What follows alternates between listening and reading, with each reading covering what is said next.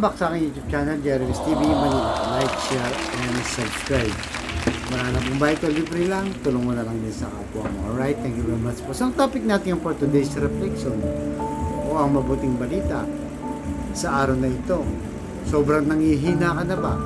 Napapagod ka na sa lahat ng mga iniisip mong mga problema, di ba? O mga kinakaharap mo mga challenges sa buhay. Na tila ba, no, nabibigatan ka na, parang pasuko ka na, o kumbaga nawawalan ka na ng lakas, no? Ayaw mo nang lumaban dahil feeling mo wala ka nang magagawa, lalo na, no, sa mga problema sa physical, yung may sakit ka ng malala, sinabi ng doktor may cancer ka na, mahirap ka na makasurvive, di ba? Tinaningan na yung buhay. Yan po yung mga pag nabalitaan mo talaga namang manghihina ka. Sa mental, isip ka ng isip kung bakit nagkaganon yung problema mo, no? Kung bakit ganyan ang sitwasyon mo yun. Napakahirap. Sa financial naman, bumabagsak ang negosyo mo, nawalan ka ng trabaho, nababaon ka sa utang, tila ba hindi ka makausap. Talagang feeling mo, ano, na pagod ka na, parang iniisip mo, Lord, hanggang dito na lang ba ako? Hindi ko na po talaga siguro kaya to.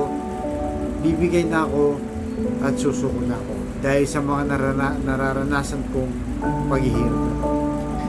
Noong panahon ni San Pablo, no, na ating apostol, habang siya'y nangangaral sa iba't ibang dako ng mundo, meron siyang isang pasanin na dala-dala, no? Bagamat ito'y hindi tinukoy kung karamdaman ba to, emotional ba, o ano, basta meron siyang nararamdamang hindi maganda. Pilit itong dinadalangin sa Diyos na sana matanggal na sa kanya yung dala-dala niyang problema o inahinyak sa buhay o yung sakit, no, na kanyang nararamdaman. Subalit kahit 3 beses ang nagdasal, 3 beses din ni-reject ni Lord. Bakit ni-reject ni Lord yung panalangin o kahilingan ng isang apostol San Pablo na kanyang sinuko, no, sa ating mga gentle, no, na hindi mga Hudyo?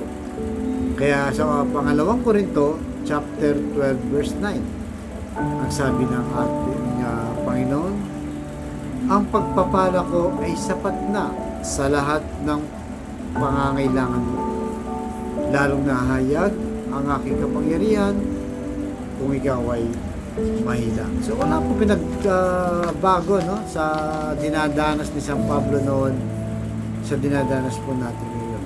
Kaya napakaganda, no, ang sabi ng ating nabasa sa Biblia, sapat na sa iyo ang aking grasya o yung aking pagpapala o yung aking kapangyarihan.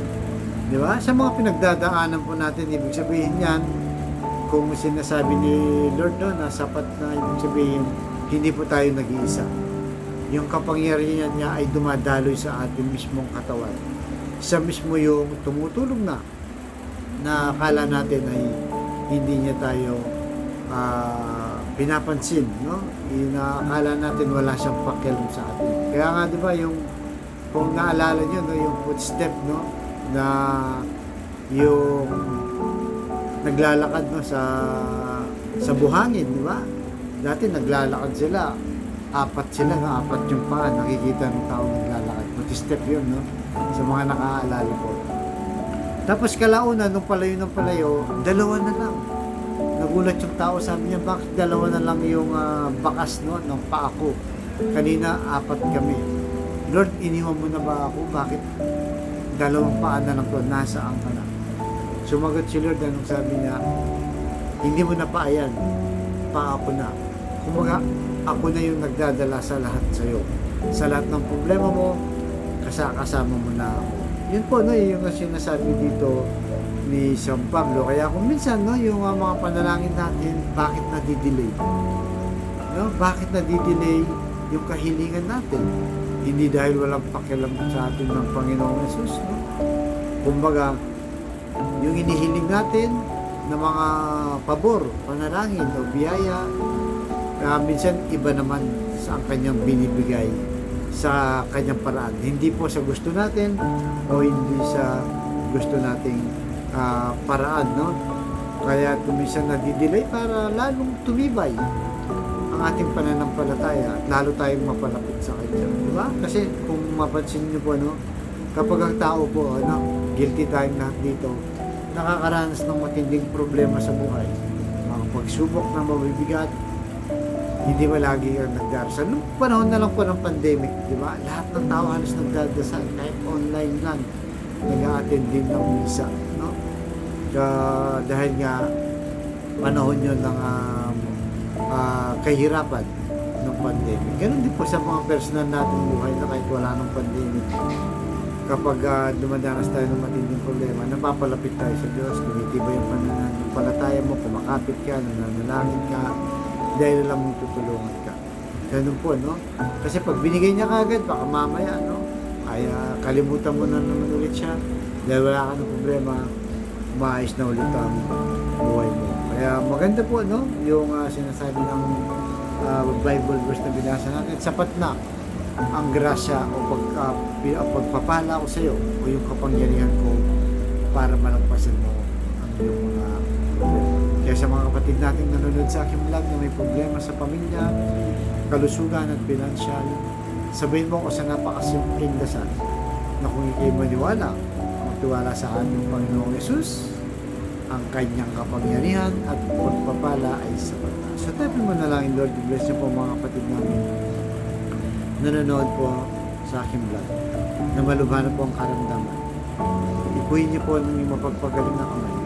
Aplusin niyo po, tanggalin niyo po ang kanilang karamdaman. Alam naman po namin na walang imposible sa iyo kung yung loloobin. At yun din po sa mga pamilyang nasisiraan ng loob, pinangihinahan na dahil akala nila hindi mo sila pinapansin. Ipuhin niyo po ang kanilang puso na maunawaan nila na hindi sila nag-iisa sa laban, na lahat kami, kundi kasama ka na sa aming mga daladalang mga problema o kinakaharap na pagsubok. At ganoon din po sa financial na kailangan namin natin. Lalo na po yung mga kapatid namin walang-wala talaga. Na ultimo pambili lang ng 1 kilo lang ng bigas, pinoproblema pa kung paano nila iraraos ang kanilang pamilya. Ibesto po ang aming hanap buhay para sa aming mga pamilya. Patawahan niyo po kami sa aming mga kainahan at kasalanan. Ang lahat na ito yung hiling namin sa matamis na pangalan na ating Panginoong Yesus. Amen and amen. To God all be the glory. Sa kanilang Ama na Diyos Espiritu Santo. Thank you very much po.